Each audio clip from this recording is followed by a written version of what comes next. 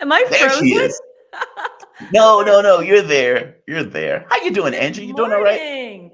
I miss you guys. I'm so happy to be on your show this morning. I just did my mommy drop off, so I'm rushing over to you. This is what I What's look your like in the morning. This is me. what do you say? Your mommy drop off. Well, you look great as always, and I do appreciate you doing your mommy drop off. And then I Yeah, ran because over I to the did. studio. I'm like, all right, let me get to this. Let me get serious. It's hard. No, it's serious. I'm like, I hate to talk like this, but it's like it's hard to be like a woman doing all these different facets, right? Like, you're trying to build your career, you're trying to do your show, you're trying to do the kid thing. I'm also a dog mom, like a wife. I mean, I wear a lot of hats, but Well, so you wear a lot of hats. I mean, look, man, you're not alone. I in fact, it's funny. I asked Manila one day, "Hey, Melody, can you come on to the show?" And she's like, "I have to drop off the kids. I have to do this." So basically, so I get it. It's like yep, you have all of these responsibilities that you're stuck with just as a mom or as a person, and trying to we make all want that it. stuff fit together. Yeah, no, we try to get it going, and you know what? Just keep the smile on, keep the coffee up, and we're good. This is my fuel, guys, and I'm sure for many people. Yeah, I got my coffee right here too. So I feel you on this. Have you seen have you seen the backlash against Morning Joe for going to meet Trump?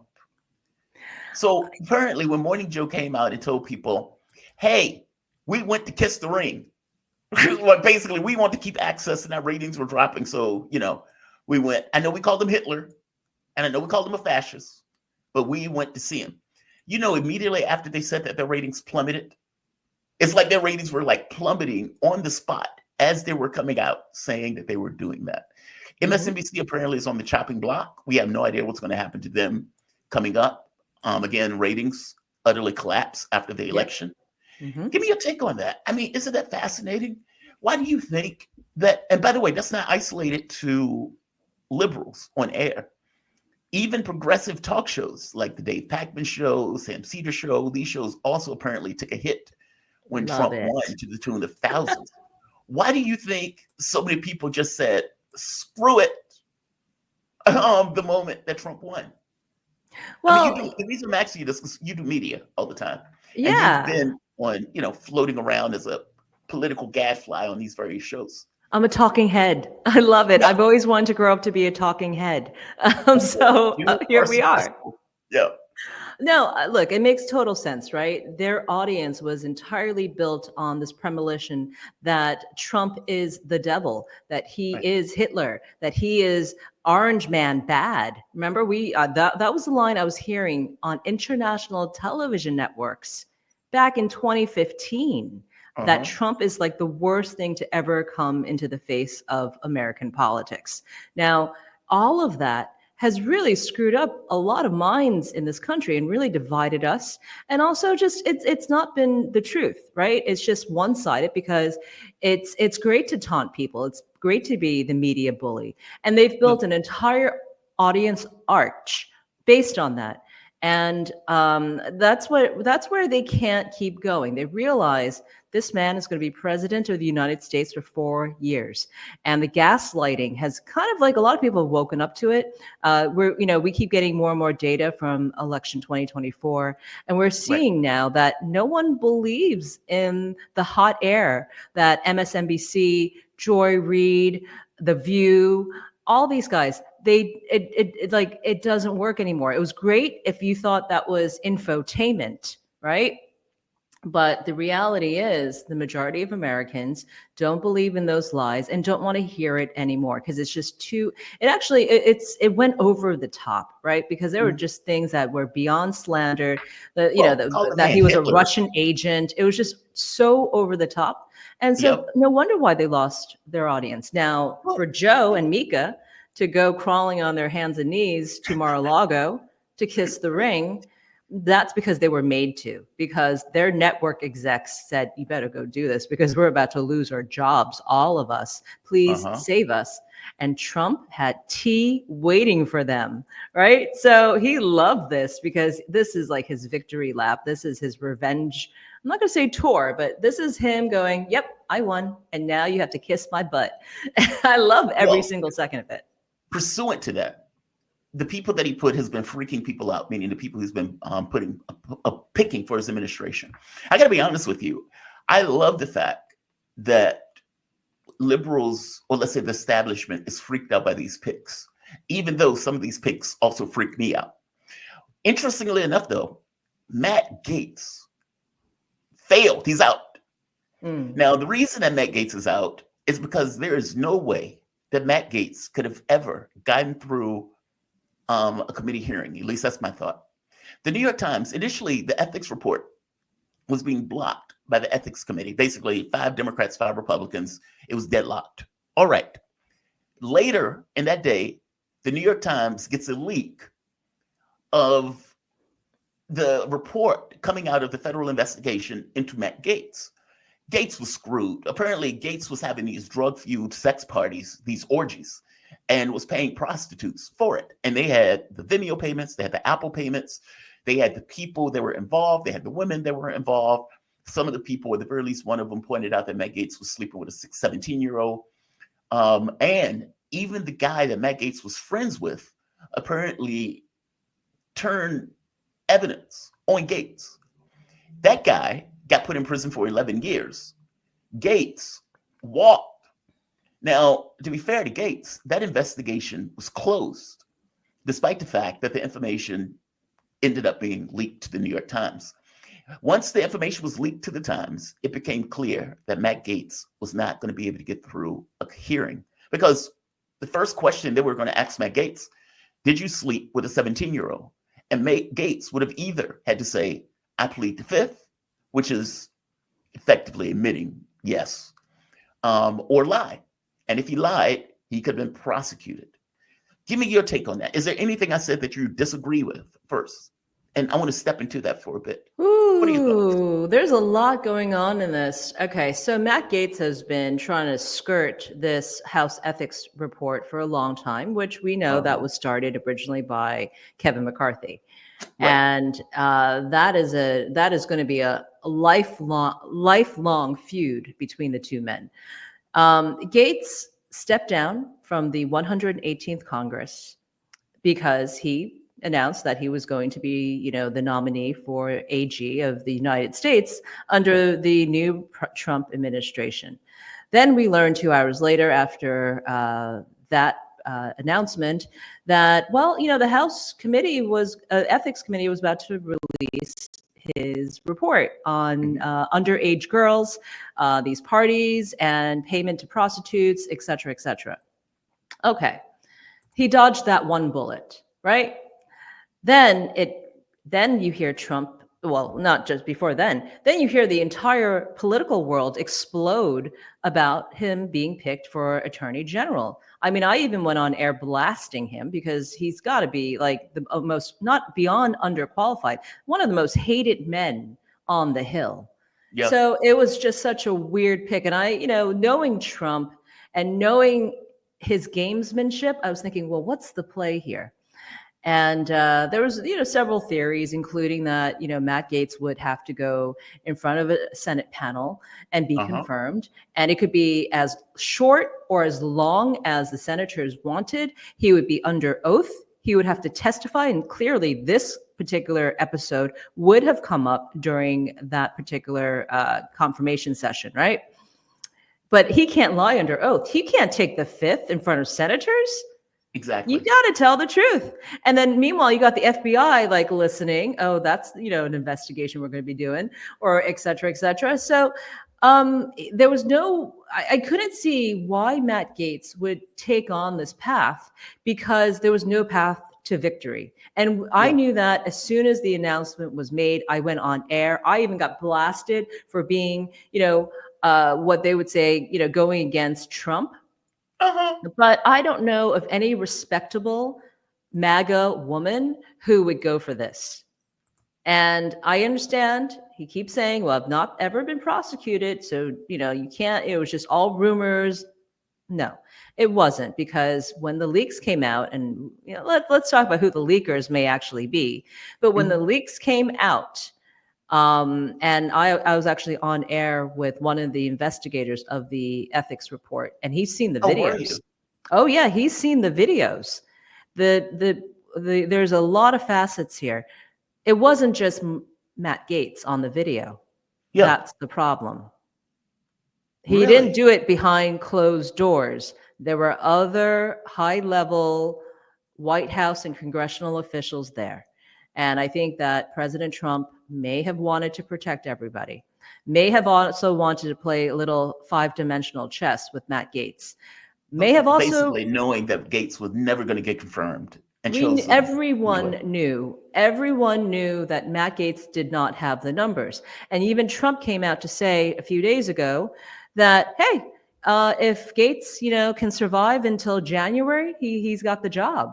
I thought it was like Hunger Games. You know what I mean? So, and JD Vance was there to chaperone, but also report back to Trump on Right. what the realities were. Trump was not going to risk the legitimacy of his presidency by using the recess appointment, which we heard so much about. And I just, not for Matt Gaetz anyway. Yeah. Why would you, But wait, real quick. What? But Gaetz jumped out of Congress immediately. Meaning he's out of Congress right now. He had to because so I was there on the Hill during that week. Yeah. It was orientation week, right, for the new Congress coming in, Right. and the congressional calendar, which just a calendar, the scheduler, was released either that Monday or Tuesday to the new Congress coming in, and also the 118th Congress. So you could see what was on the schedule. And Gaetz and others saw that on Friday of that very week, the House ethics report was going to get released on him, right? And the investigation was going to start up again. So literally within a day, maybe even hours, Gaetz said to Trump, I need a get out of jail free card. And I think a plan was hatched. And it was all done on the fly, which is why you don't see the long-term thinking in all of this, right? It was just to get him out of Congress immediately. And also, I was actually quite surprised to see that he also submitted a resignation to Ron DeSantis for the 119th Congress, because I don't know if he was delusional, if he really thought that he was going to be attorney general, if he really thought that he could win over all these senators. Yeah. No, but he really, I guess he had a lot of yes people around him. And Trump and Elon Musk is, they're sitting around with their popcorn and their Diet Cokes, like waiting for this whole thing to blow up.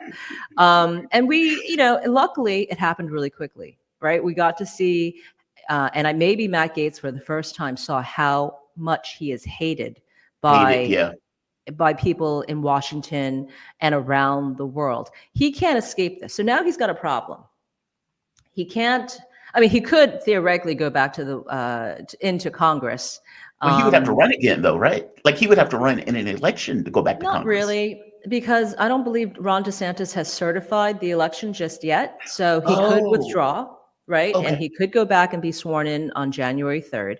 If there is a special election, Matt Gaetz would run again in his own special election, which would be weird. But I think Matt Gaetz at this point is eyeing the U.S. Senate seat that Marco Rubio is leaving in Florida. And I would love to see him run in that seat because he's going to see how unpopular he is here in Florida. It's Kevin McCarthy. Can he win that? That New York Times report is rather damning. And I got to be honest, as I read through that article, I kept thinking to myself, okay, well, why didn't he get prosecuted like his friend? Like, do you have any insight into how I only have guesses, right? Look, the reality is a lot of, congressional members, they all protect each other. They just to a certain extent. But Matt is, and I said this on another network, and I'll say it again, having Matt Gaetz appointed to the AG's office, it's like giving the mob boss keys to justice, because and it's not just him, but his whole inner circle, it's filthy. These guys are the filthiest people in Washington, D.C. And that says a lot. That's a very high bar to meet, but they are. And everyone in both sides, left and right, we all know that he is. So this, I'm sure right now there's a lot of people doing the happy dance, including Kevin McCarthy, because Gaetz fell for it. He fell for the trap. And maybe Gaetz realizes that now, but he's still going to start, well, I think it was Dick Morris who said something to the point of like, you never really die in politics. There's, like it's never fatal. Gaetz is going to find a way to swim back on top because that's who he is. But I don't think it's going to be with the help of anyone in Florida. So he's got a trap there. His father is scratching his head. His father is a longtime Florida senator, as in the Florida Senate. State Senate. I don't see a lot of pathway. And what was really interesting, the win here was really for Trump, because what Trump got to see was who's really like indebted and loyal to me, right? During this 1 week process, he got to see his true loyalists who will do whatever he says and wants. I compare Matt Gaetz a lot to the Cybertruck, the Tesla Cybertruck, because in my opinion, the Cybertruck is the ugliest car on the road today. But yet all these people keep buying it. I can't figure it out. And it's because of the marketing, it's the association with Elon Musk that people buy this car, right? And same thing with Matt Gaetz. He's like the ugliest car in Congress. But yet Trump is putting it out there like, buy this ugly piece of crap because I tell you, I'm telling you to. So I think Trump realizes in this exercise, he doesn't really fully have the support of the U.S. Senate. He doesn't. They'll push back on him. He doesn't have full support of Republicans. See, I get the sense that, okay, fair enough. My sense was that they were going to try to give Trump what he wants because he won, and he was able to get the popular vote, and he was able to get the most increases in all states, meaning he has a political gravity about him. And so even if you don't really like Trump, he was still able to get people to bend the knee, to fall in line. And maybe his thought was, you may not like Matt Gaetz, but I still have the political gravitas to get him through. I guess the issue for Matt Gaetz, from my point of view, is I don't know how Matt Gaetz runs in a race with this information out. I just don't know how you do it. Like they are saying, he had sex with a 17-year-old. This person says it. And this other guy who just got put in jail for 11 years also said it. He had these drug-fueled sex orgies where he was paying prostitutes that may or may not have been crossing state lines, which under the law is trafficking. Like, I don't know how you run in a race where you're barraged by all of that and you still win.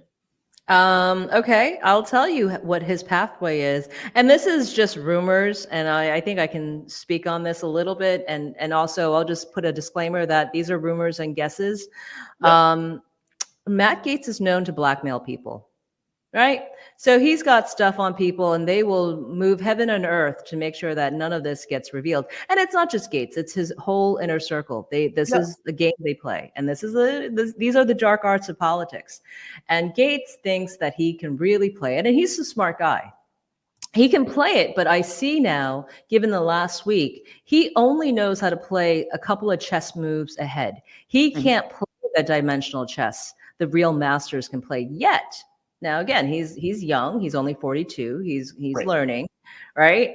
And everyone around him, it was amazing to see all the butt kissers that surrounded Matt Gaetz within seconds of the announcement that he was, that he was nominated.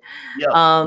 And I think Trump wanted to see that as well. I certainly want to see it. There were people praising this guy who was being accused for raping a child. Not a good look, you guys, but they all came out because they all wanted jobs in the DOJ, or worse, they came out because they wanted to get their cases thrown away. Look at George Santos. Remember him?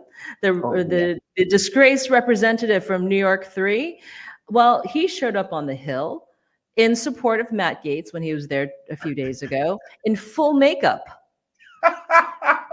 Like full Estee Lauder, you guys, in a suit, like in a power suit and full, I want him to do my eyebrows. Yeah. He looked like a queen. He looked fantastic. Was fierce. He was out there fierce looking.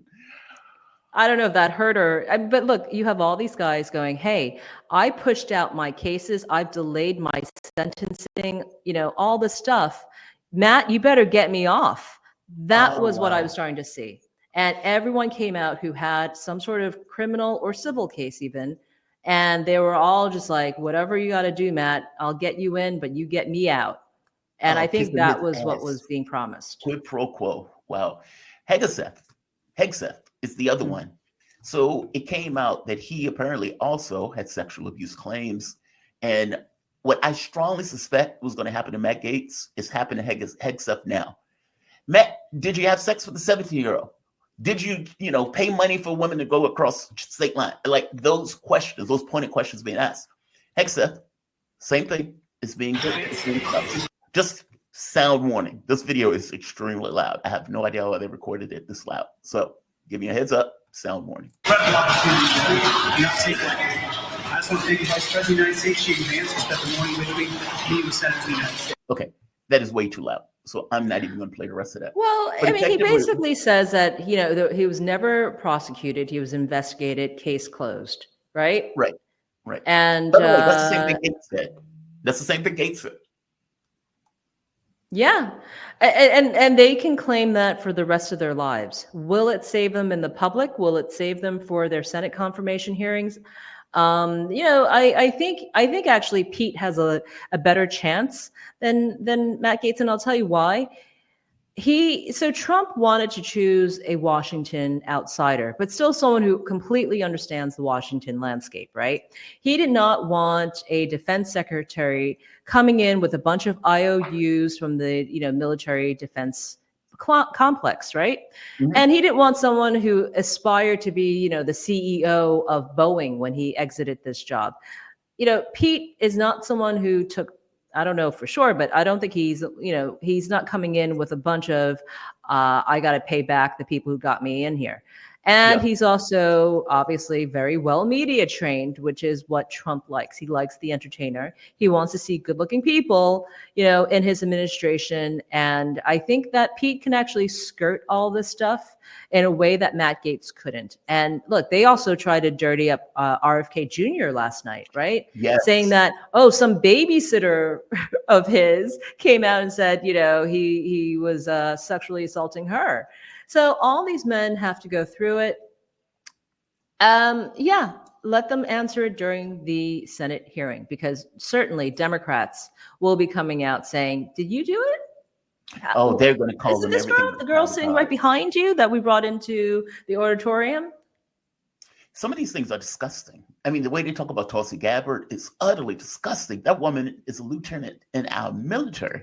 She is like literally fought for this country, put her body on the line for this country, and they have called her everything but a child of God. They've been going after RFK. And by the way, I love both of these picks. These are two picks that I'm like, yes. And when I look back, I can't think of any pick for any department that I've typically approved of from any president, left or right. And on this one, Gabbard, I love it. The choice for the DNI. RFK, I love it for the choice of Health and Human Services. His main focus really has been on why are Americans dying 10 years younger than everybody else around the world? And does it have anything to do with our diet? Does it have anything to do with our culture? Or, and more to the point, corporate capture of institutions in our government that are looking out for the best interests of corporations at the expense of Americans? That is fantastic. And so when I see the sugar industry freaking out, or when I see some of these other industries freaking out, I think to myself, that means it's a good pick, right? Like if a corporation is losing its mind because you've appointed somebody to look out for the health and interests of the American public, and I think to myself, okay, well, if they're freaking out, and I don't believe that our objectives are aligned, meaning their objectives is how do we maximize our profit even at the expense of American health? And RFK's point is corporations have too much influence, and this is corporate capture of institutions that's supposed to be looking out for American well-being. I think it's a good pick. It's a good pitch. I hope that RFK Jr. surrounds himself with actual doers and operational people who can actually get it done. I mean, look, I often do the comparison of the DOGE, Dodge, the new department. You have Elon Musk, who's a dreamer, and then you have Vivek, who can actually get it done, right? He's a operational guy, and he can, he knows the mechanics of how to get it done. And I feel like RFK Jr. is of the same cut. He's such a dreamer that I wonder if he has the operational skills to actually move on any of these things, because you're not just going to cut out the corn syrup industry overnight. I'd love to see that happen. Right. And if nothing else, I think the best that we can expect, at least in the first year, would be acknowledgement that, sugar and the food industry has completely taken over our lives. And they're now working hand in hand with our pharmaceutical industry. Right. It's like, let's make them sick and then let's feed them drugs. I mean, and that is the American lifespan that we're seeing. And we've seen it for generations. I think a lot of, especially my generation and younger, I think we've seen it, we know it intuitively, but at the same time, these are the products that are available in our supermarkets and in our restaurants, right? A restaurant is not going to be paying $5 for a tomato when it can get it for 17 cents, right? Correct. And I think there's got to be some reality. Look, if JFK actually can execute his entire vision, RFK Jr., I keep saying JFK, RFK Jr., if he can execute his vision, what we're going to have is Japan, right? Well, look, I would tell you this. That's not a bad thing. No, I love it. The reason why I say that is when my girlfriend, my ex, she used to be from Austria. She was Austrian. And when she would come to the US to visit, she would be freaked out by the food that they serve here. And she would go through the supermarket. She was like, okay, we don't allow high fructose corn syrup in Europe. That's not something we allow in our foods. And she is like trying to bend over backwards, annoying the hell out of me about it, to find foods that didn't have certain products in it because they don't even have them in Europe. Like, meaning much of the stuff that we consume here cannot be sold in Europe. It's that bad. Yeah, I completely agree with you. And I completely taste different. I mean, it's astonishing. Well, I have 2 kids, right? And they're in that age of, they're almost adults now. I mean, they're still kids, but they're going through their teenage years. And, we went to the doctors. My daughter hit puberty very young. And so has a lot of girls. They're hitting puberty at age 7, 8, 9 now. Okay. And my son. It used to be that way. That was not the way it used to work. Because of, it's because of all the hormones that are in our foods. Mainly, and the microplastics and a lot of blockers that are in our foods. Yeah. My son, on the other hand, loves eating, and he's taller than he's been the tallest kid in his class since he entered school. Yeah. So I know a lot of this is not genetics, but it's in our food. So what we're going to have is a generation of girls that are shorter. Because when puberty hits is when you kind of stop growing height-wise. There's a correlation there, right? So that's going to be a really interesting thing to see. And then I look at my kids and I'm like, well, I'm feeding them crap too. Let's put it, I'm not shy about ordering McDonald's, and, we're eating all that stuff because it's fun and it's good. French fries are the best there in McDonald's for sure, right? So I get that I'm feeding my kids chemicals and I'm like, but I want them to have a Happy Meal childhood. So it's hard to now having fed them so much sugar, trans fats and salt and, MSG, it's hard to now take away that because their tongues are trained, right? And their brains are trained. And that's how they get you from the inception, right? Of your American life. From the time you were born, you have these taste buds. There's even studies done in your womb of how babies, before they're even born, they have a little bit of a food addiction to this stuff because of the mother. Yeah. So it's crazy. I'm happy that we're finally tapping into it. I know RFK Jr. from before all of this, and I gotta say, I don't have full confidence because he was such a big anti-vaxxer to the point where it overcame his entire sensibility. So I really, I think he's a dreamer, and you have to be a little bit to do what you're about to take on, but you have to be realistic. You're not going to be killing the sugar industry on day one. I know they want to, and I wish they would, but it's got to be a slow burn. I think that's my advice. To be fair to RFK, he was vaccine skeptic, and it wasn't. Look, from my understanding, it wasn't for the efficacy of vaccines. He himself was vaccinated. And in fact, I think he even got the COVID vaccine. His issue is that he's a corporate lawyer. And when he goes after corporations, his point is corporations are set to maximize profit. And if that's going to be true in the sugar industry, if that's true for Boeing, basically taking out airplanes in the sky because they wanted to maximize their profit at the expense of actual engineering, then why wouldn't it be true for drug companies and drug makers? I think he's right. And when he's pointing out, like, look, man, these vaccines do not have to go through the same rigorous testing that other drugs have to go through. And then my thing is, okay, well, he's right. So why is that an issue? Meaning, if he's right with what he's saying, why shouldn't vaccines go through the same rigorous testing that other drugs go through to check the efficacy of those vaccines? Why are they separate from this? I think he's do. legit with his argument.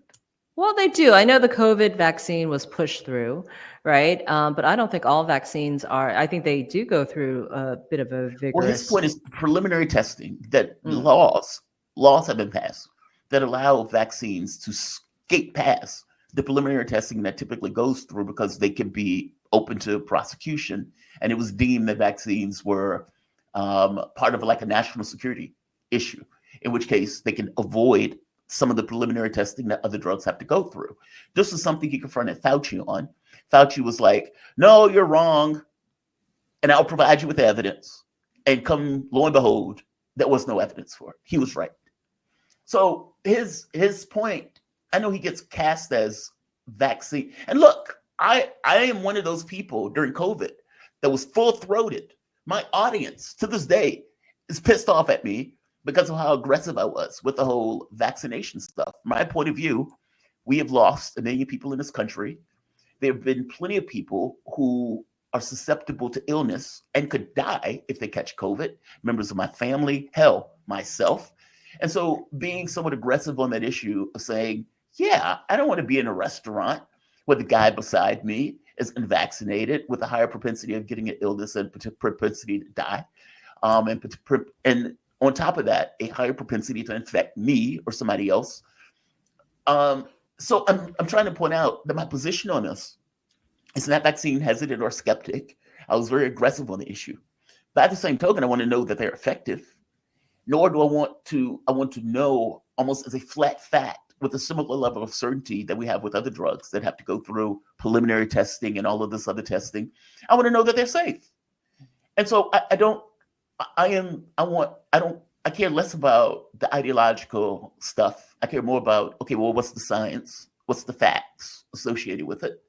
So from my point of view, if he wants to investigate it, great. Meaning if they're right and there's no issue with vaccines, it's almost like drinking water, then why can't we prove it? Are you saying that you want transparency? I want transparency. Is that what you want? Is that what everybody wants? Does that mean that maybe we should stop pharmaceuticals from advertising on all the major news networks? Is that what you want? Maybe that would help. Because these are all agendas that he has. I don't have Trump derangement. I was one of those people that would give Trump a fair shot. If it was something I agree with, I would say it.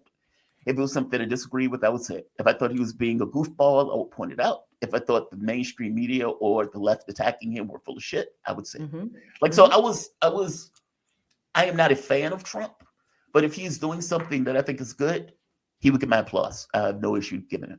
And yes, I want transparency across the board. Don't we all? And we deserve it?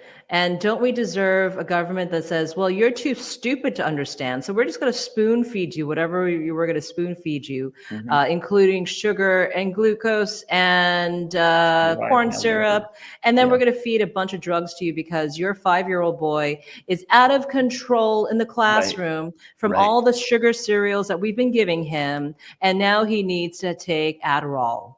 Right? I've seen it with my own eyes. So My screwed up. kids had to go through that. It's horrible.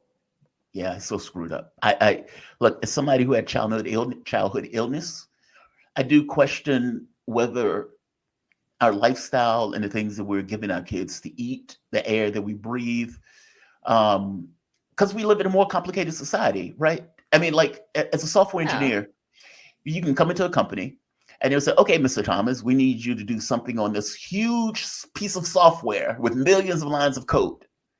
And, Mhm. you know, it's like you make an alteration and you don't know that there's something in the database that is whittling away by itself.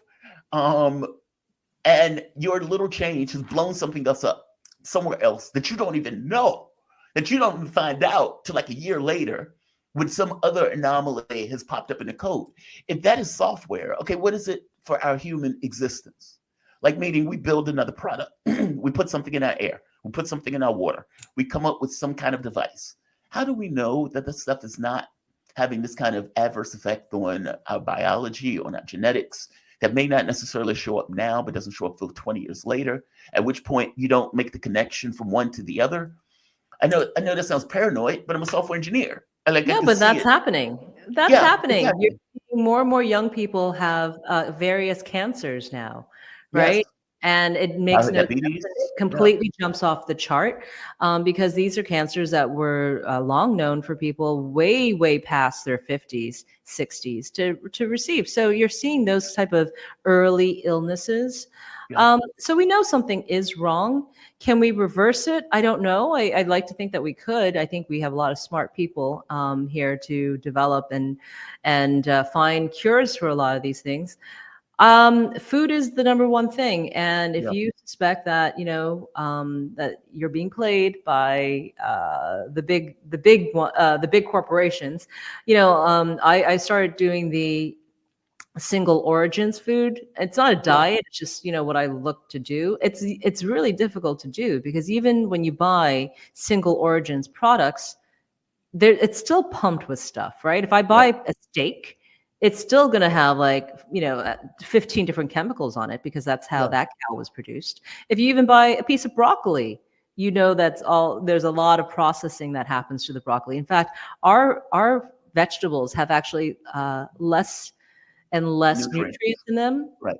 CO2 that's in the air. It's almost like sugar to plants. And so we have so much CO2 that when the plants are absorbing it, Mhm. it's taking more room to absorb it and creating less nutrients in contrast to it. It's kind of a byproduct of climate change, unfortunately. It's a lot of things, and we've allowed a lot of things to slip, and we have only ourselves to blame, right? Yeah. We allowed all these things to happen throughout the decades. We welcomed all these things to help, to come through Modernity. over the Yeah. decades, and our politicians have been paid to allow this to happen as well, and we vote in our Yeah. politicians. So to undo all this is a major task. And it's going to take years. This is not Yeah. going to be something that it's going to, the Trump administration is going to fix every single thing. We're going to try, but I can't tell you that it's going to be fixed right away because this is like 60, 80 years in the making. Yeah. This is going to be difficult.